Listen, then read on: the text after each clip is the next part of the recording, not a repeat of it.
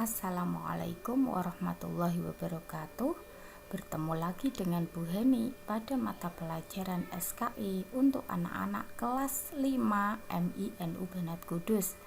Pada kesempatan kali ini kita akan belajar bersama tentang Fathu Mekah.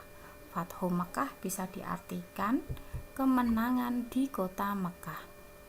Bab Fathu Mekah ini berhubungan erat dengan bab perjanjian Hudaybiyah.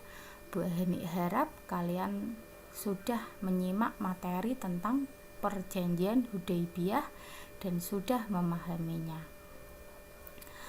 Oke, mari kita belajar bersama-sama. Dapat disimpulkan bahwasanya sebab terjadinya Fathul Mekah adalah kaum kafir Quraisy yang telah melanggar perjanjian Hudaybiyah yang baru berlangsung 2 tahun. Kemudian perjanjian Hudaybiyah ini terjadi sekitar bulan Ramadan tahun 8 Hijriah dan diikuti oleh 10.000 kaum muslimin. Pada akhirnya kaum muslimin berhasil menguasai kota Mekah tanpa pertumpahan darah dan Nabi Muhammad memaafkan kaum kafir Quraisy ya. Jadi dulu kota Mekah itu kan dikuasai oleh kaum kafir Quraisy. Karena adanya peristiwa Fathul Mekah, kaum muslimin bisa menguasai kota Mekah. Bagaimana ceritanya? Mari kita simak bersama-sama ya. Salah satu isi perjanjian dari Hudaybiyah adalah semua kabilah Arab bebas bersekutu dengan kaum muslimin atau kaum Quraisy. Jadi kabilah-kabilah atau suku-suku atau bani-bani ya, kelompok-kelompok bebas mau bergabung dengan kaum muslimin atau bergabung dengan kafir Quraisy. Pada suatu ketika ada Bani Huza'ah dan Bani Bakar yang sedang berselisih hingga terjadi perang ya. Terjadi perang antara Bani Huza'ah dengan Bani Bakar. Ini disebabkan karena salah seorang dari Bani Bakar ini membunuh Bani Huza'ah. Kemudian Bani Huza'ah tidak terima, kemudian mereka menyerang Bani Bakar dan Bani Bakar ini juga menyerang Bani Huza'ah. Pada saat itu Bani Huza'ah itu bersekutu dengan kaum muslimin, sedangkan Bani Bakar bersekutu dengan kaum Quraisy. Nah, karena Bani Bakar bersekutu dengan kaum Quraisy, Bani Bakar ketika menghadapi Bani Huza'ah, Bani Bakar meminta bantuan kepada kaum Quraisy ya. Dan kaum Quraisy ini membantu Bani Bakar melawan Bani Huza'ah. Tentu saja Bani Huza'ah ini kemudian melapor kepada Nabi Muhammad ya. Dan Nabi Muhammad sangat kecewa sekali dengan kaum Quraisy. Karena apa? Karena di dalam perjanjian Hudaybiyah itu ada isi yang menyebutkan bahwa kaum muslimin dan kaum Quraisy ini dilarang melakukan genjatan senjata selama 10 tahun. Itu artinya dilarang melakukan perang selama 10 tahun. Nah, ini baru 2 tahun kok kaum Quraisy membantu Bani Bakar berperang melawan Bani Huza'ah ya. Nabi Muhammad kecewa. Kemudian kaum Quraisy pada saat itu menyadari kesalahannya ya. Seharusnya kaum Quraisy ini tidak membantu Bani Bakar. Kaum Quraisy menyadari kesalahannya, takut. Kemudian Abu Sufyan selaku penguasa kafir Quraisy ya menemui Nabi Muhammad. Dia berkata, bagaimana kalau kita memperbaharui perjanjiannya lagi? Apa jawaban Nabi Muhammad? Nabi Muhammad menolak ya. Kemudian Nabi Muhammad ini mengumpulkan orang-orang muslim dan mempersiapkan untuk berperang menyerang kota Mekah. Karena memang kaum Quraisy ini sudah melanggar perjanjian Hudaybiyah ya. Ketika sedang mempersiapkan perang, ada seseorang yang bernama Hatib bin Balta'ah ini berusaha memberitahu rencana penyerangan yang dilakukan kaum muslimin kepada kaum Quraisy. Pada saat itu Hatib menyuruh seseorang wanita untuk menyampaikan surat kepada kaum Quraisy ya di Mekah. Tetapi rencana itu gagal karena Allah memberitahu Nabi Muhammad melalui malaikat Jibril. Kemudian Nabi Muhammad mengutus Ali bin Abi Thalib dan Zubair bin Awam untuk mengambil surat yang dibawa oleh wanita yang disuruh oleh Hatib bin Balta'ah, dan rencana memberitahu kaum Quraisy gagal. Kemudian pada tanggal 10 Ramadan 8 Hijriah, kaum muslimin dan Nabi Muhammad ini berangkat ke Mekah bersama 10.000 orang kaum muslimin. Kemudian mereka beristirahat dan bermalam di Murzahran ya. Kemudian di Murzahran, ketika Nabi dan kaum muslimin ini sedang beristirahat, datanglah Abu Sofyan, penguasa Quraisy tadi ya. Abu Sofyan datang tanpa disana-nyana. Abu Sofyan membaca syahadat.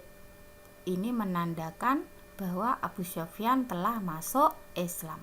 Asyhadu alla ilaha illallah wa asyhadu anna Muhammadar Rasulullah. Abu Sofyan benar-benar takut dengan kekuatan kaum muslimin ya. 10.000 orang mau menyerang kota Mekah. Bagaimana dengan Nabi? Nabi tentu saja menerima keislaman Abu Sofyan ya, walaupun Abu Sofyan dulunya sangat membenci Nabi Muhammad, sangat membenci agama Islam. Kemudian Nabi Muhammad bersabda, katakan kepada penduduk Mekah, barang siapa yang masuk rumah Abu Sofyan maka akan aman. Barang siapa yang masuk Masjidil Haram maka akan aman. Dan barang siapa yang masuk ke rumahnya masing-masing maka akan aman. Abu Sofyan kembali bertemu dengan masyarakat Mekah dan mengatakan pesan dari Nabi Muhammad tadi. Kemudian kaum muslimin ini melanjutkan perjalanannya dari Murzahran berangkat menuju Mekah. Nabi berpesan ya untuk menghindari pertumpahan darah kecuali dalam keadaan terpaksa ya. Jadi jangan sampai melukai kafir Quraisy. Begitu baiknya Nabi ya. Nah, ini pasukan dari umat Islam ini dibagi menjadi 4. Yang pertama adalah pasukan Khalid bin Walid. Pasukan Khalid bin Walid ini memasuki kota Mekah dari sayap kanan. Kemudian pasukan Zubair bin Awam memasuki kota Mekah dari arah utara. Kemudian ada pasukan Sa'ad bin Ubadah memasuki Mekah dari arah barat ya. Kemudian ada pasukan Abu Ubaidah bin Jarrah memasuki kota Mekah dari bagian atas. Jadi dibagi ya.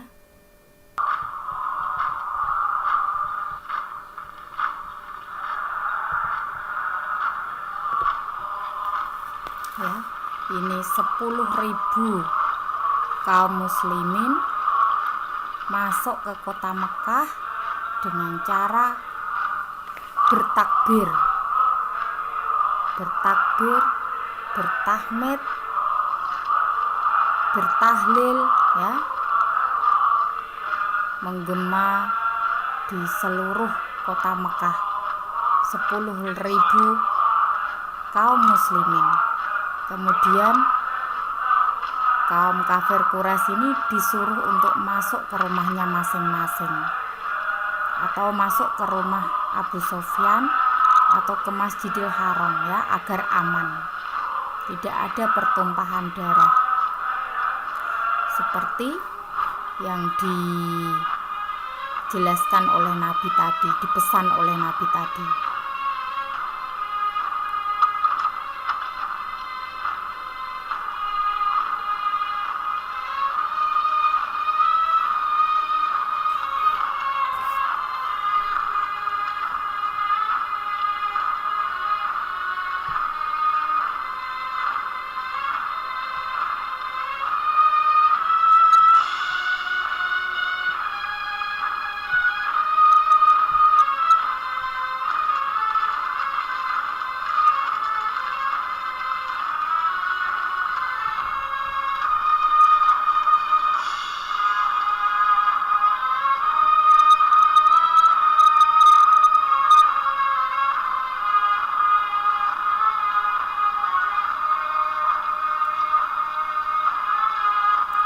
Mereka memasuki kota Mekah dengan tertib sekali ya. 10.000 kaum muslimin datang dari Madinah menuju kota Mekah dengan tertib sekali, sesuai dengan pesan Nabi Muhammad.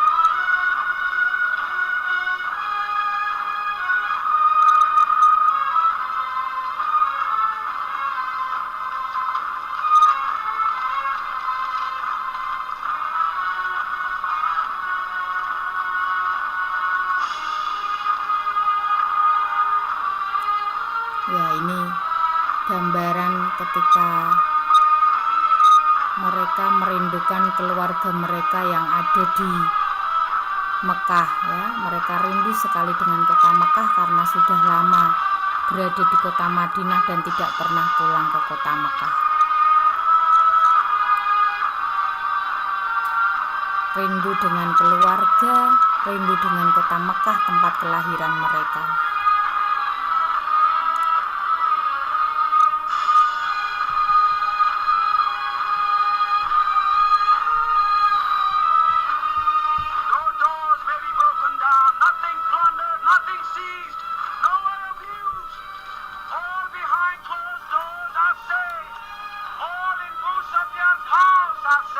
Ya, ini dijelaskan atas perintah Nabi, yang masuk rumah Nabi Abu Sufyan akan aman, yang masuk rumahnya sendiri-sendiri juga akan aman.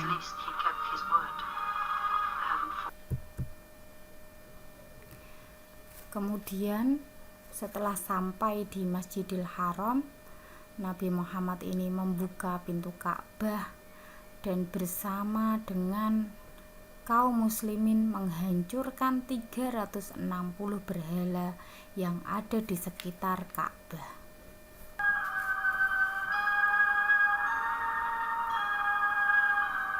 Ya, onta dari Nabi Muhammad ini hanya sebuah gambaran saja ya, menuju Ka'bah. Ketika sudah sampai di Masjidil Haram, beliau menuju Ka'bah.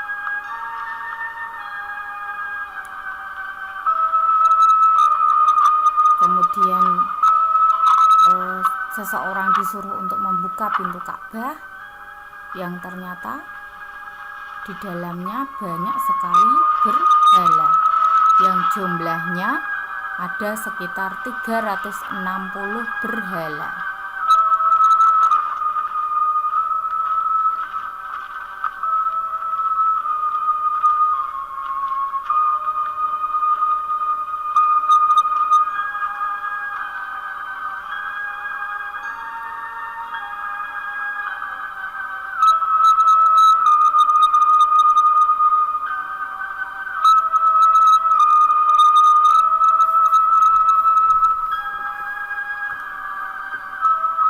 Nabi Muhammad memasuki Ka'bah,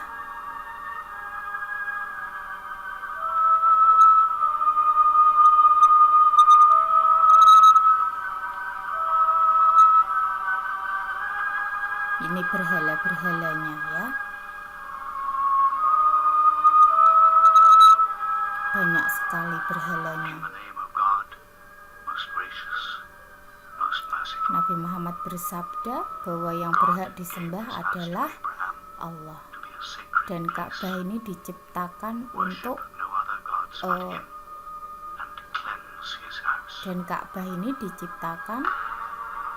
oleh Nabi Ibrahim, atau dibangun Nabi Ibrahim sebagai rumah Allah ya. Kaum muslimin bersama Nabi Muhammad menghancurkan berhala-berhalanya dihancurkan. Ini yang disebut dengan Fathul Mekah, kemenangan di kota Mekah. Kemudian Bilal bin Rabah naik ke atas Ka'bah dan mengumandangkan adzan.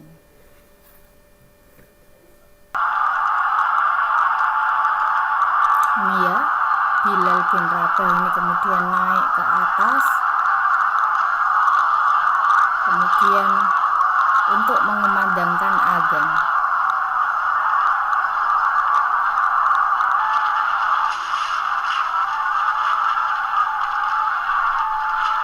Sambil kaum muslimin yang lain ini tetap menghancurkan berhala-berhala.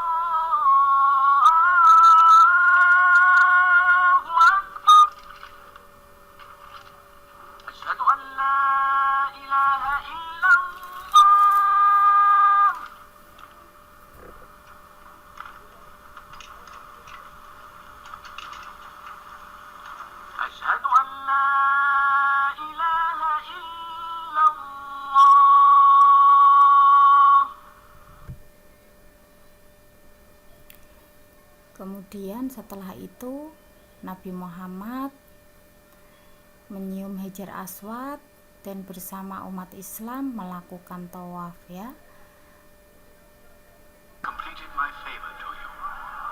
Ya, umat Islam tawaf mengelilingi Ka'bah.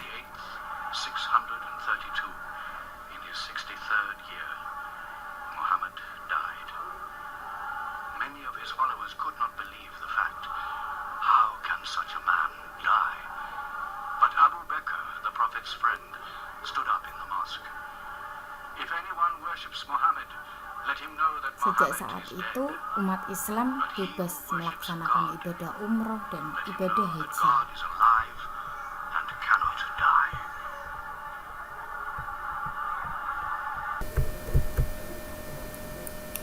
Kemudian Nabi Muhammad membacakan firman Allah, surat Al-Isra ayat 81. Dan katakanlah, yang benar telah datang dan yang batil telah lenyap. Sesungguhnya yang batil itu adalah sesuatu yang pasti lenyap ya. Kebenaran agama Islam itulah yang datang karena agama Islam adalah sesuatu yang pasti. Kemudian dilanjutkan dengan membacakan firman Allah, surat Al-Hujarat ayat 13, yang artinya, hai manusia, sesungguhnya kami menciptakan kamu dari seorang laki-laki dan seorang perempuan, dan jadikanlah kamu berbangsa-bangsa dan bersuku-suku supaya kamu saling kenal mengenal, Sesungguhnya orang yang paling mulia di antara kamu di sisi Allah ialah orang yang paling takwa di antara kamu. Sesungguhnya Allah Maha mengetahui lagi Maha mengenal, ya. Di sini dijelaskan tidak ada perbedaan manusia satu dengan manusia lain kecuali takwanya di hadapan Allah. Dan pada akhirnya setelah umat Islam dan Nabi Muhammad ini dapat menguasai kota Mekah, Nabi Muhammad memaafkan kaum Quraisy dan tidak membalas dendam.